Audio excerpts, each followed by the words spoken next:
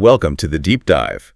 Today we're tackling a real classic, a book from way back in 1936 that honestly still pops up everywhere. Dale Carnegie's How to Win Friends and Influence People. It's iconic, isn't it? Totally. And the big question we want to get into as well, is it just common sense packed into a book, or can this stuff actually, change things for you? That's the core of it, really. Because, on the surface, some ideas might seem obvious. Be nice to people. Well, sure. But our goal here is to dig a bit deeper, unpack those core concepts, find maybe some surprising bits. Okay. Because it's not just about racking up context, is it? It's more about fundamentally understanding people, becoming someone others actually want to connect with. Right, someone people listen to. Okay. Let's get into it. What's the absolute bedrock, the main philosophy driving the whole book? Well, Carnegie's big observation, the thing it all comes back to, is this universal human need. People just fundamentally want to feel important, valued, respected, understood. It's not just a nice to have, it's like a core psychological driver. Like needing air or water, almost. Pretty much, yeah. Psychological oxygen, you could say. So the premise then is if you provide that feeling genuinely to others. Exactly. You become more likable, more influential, naturally. It sounds simple, maybe even a bit too simple. Yeah, it does sound almost easy when you say it like that. But it taps into something deep, doesn't it? It really does. Yeah. By consistently making others feel seen and heard, you're shifting the whole dynamic. It's less about a transaction, more about building a real connection. That's the foundation for everything else he talks about. Okay, so let's move from the foundation to the practical stuff. The big lessons for everyday life. Where does he start? What's a key behavior maybe to stop doing? The big one he hits early on is don't criticize, condemn, or complain. Right. Why not? Sometimes criticism feels necessary. Well, his reasoning is super practical. Think about it. You criticize someone, what happens? Instantly, they get defensive, they dig their heels in, justify themselves. Any chance of actual change or connection just evaporates. It wounds their pride, creates resentment. It just doesn't work if you want to influence them positively. Okay, that makes sense. You shut them down before you even start. So if criticism is out, what's a positive alternative? Just being vaguely nice. It's much more specific and powerful than just nice. Carnegie really zooms in on appreciation, honest, sincere appreciation. He saw this deep, deep human craving for recognition. When you genuinely appreciate something someone does or is, you're feeding that fundamental need. You're not just being polite. Not at all. You're making them feel truly seen. And that builds enormous goodwill, makes them way more open to you later on. Okay, I get that. Now here's one that seems tiny, but I've noticed it really works. Names.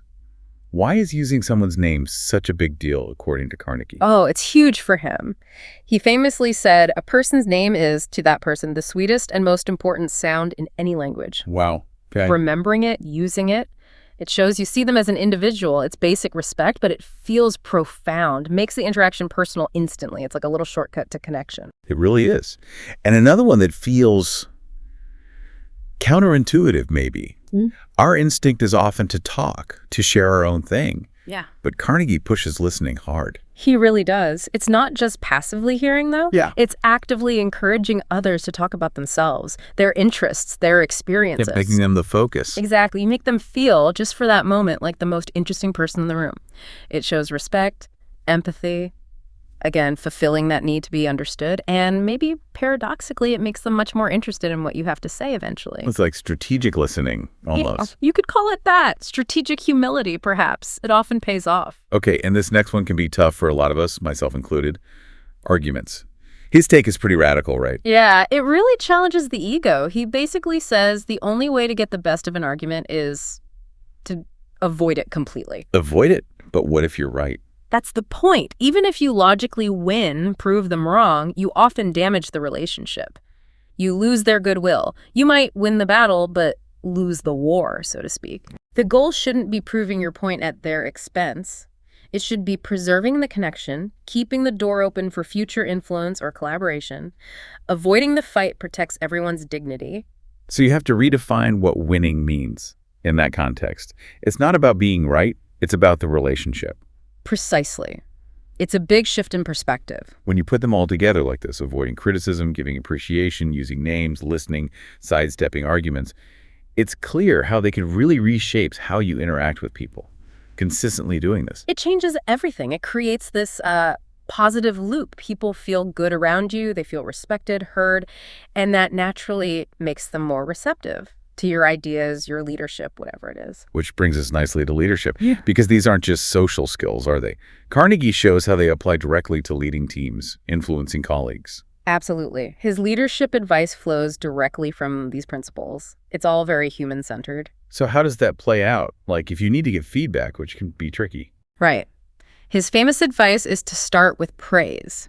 Genuine praise for something they've done well before you bring up the mistake or the area for improvement. The praise sandwich, kind of. Sort of, yeah. But the emphasis is on making the praise sincere. It softens the criticism, makes the person less defensive, more open to hearing what needs to change.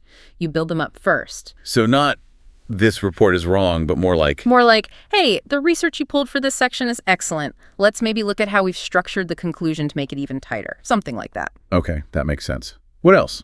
Another big one for leaders. Yeah. Ask questions instead of giving direct orders. Why is that more effective? Well, it gets people thinking for themselves. It gives them ownership over the solution. They feel like a partner in figuring it out, not just someone taking instructions. It boosts their engagement, their commitment, because it feels like their idea too. Makes them feel valued again, really. Exactly. It all ties back. And then there's this fascinating idea about giving someone a reputation to live up to. How does that work without just sounding like fake flattery? It's subtle but powerful. It's about seeing potential or a positive trait and voicing it, like saying, I know I can count on you to handle this calmly because you're always so level-headed in tricky situations. You're not just flattering them, you're giving them a positive identity, a standard. And people often subconsciously want to live up to the positive expectations others have of them.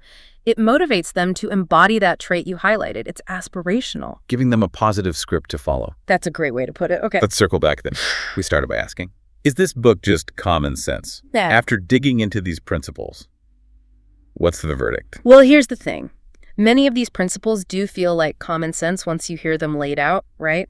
Be appreciative, listen well, don't pick fights. Yeah, they don't sound like earth-shattering secrets. But as the source material we looked at pointed out so well, common sense isn't common practice. That's the key.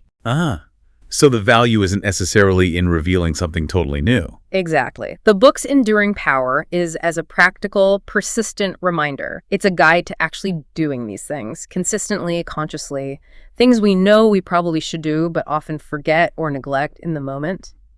So it really drives home that fundamentally, treating people with understanding and respect isn't just nice, it's maybe the most effective skill you can cultivate. That's the core message. It's not about tricks or manipulation. It's about building genuine connections, and influence naturally follows from that authenticity. Which explains why it's still so highly rated.